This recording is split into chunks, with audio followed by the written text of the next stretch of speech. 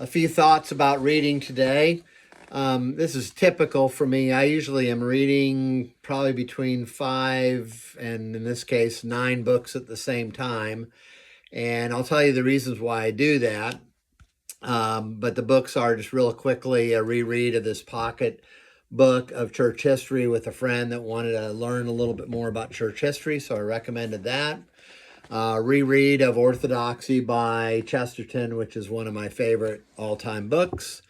First read, though I've read some other books by this author, Wendell Berry's The Unsettling of America, really, really terrific. A biography of Pascal with my friend Bill, wonderful book. Cuckoos in the Nest, terrific book by Old Testament scholar Ian Provan. I've read one of his other books. It was really good. Super Bloom, which Nicholas Carr, one of the better writers on technology and concerns, but halfway through that review copy, and that's been terrific so far. The Big Buckley Behemoth, about 250 pages into that. That's been really interesting. And then to round it out, Meditations by Marcus Aurelius. First time reading that, actually.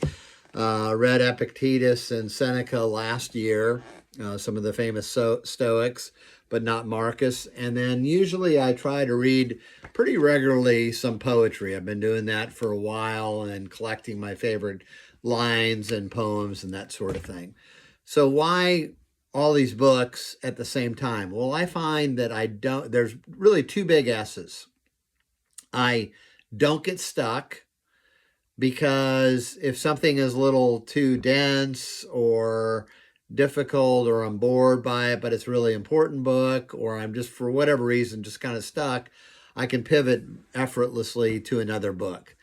And the other thing is, I find cross currents of conversations really in odd sorts of ways, kind of serendipities between what one author's saying and another author's saying, and I make connections that have been really, really wonderful. This is another benefit, certainly. And then maybe a third benefit, I should say, is that there's a satisfaction of a lot of times finishing a number of books about the same time. So kind of closure, and that's very motivating. So just some thoughts on reading, and for your consideration, maybe not to get so stuck in your reading.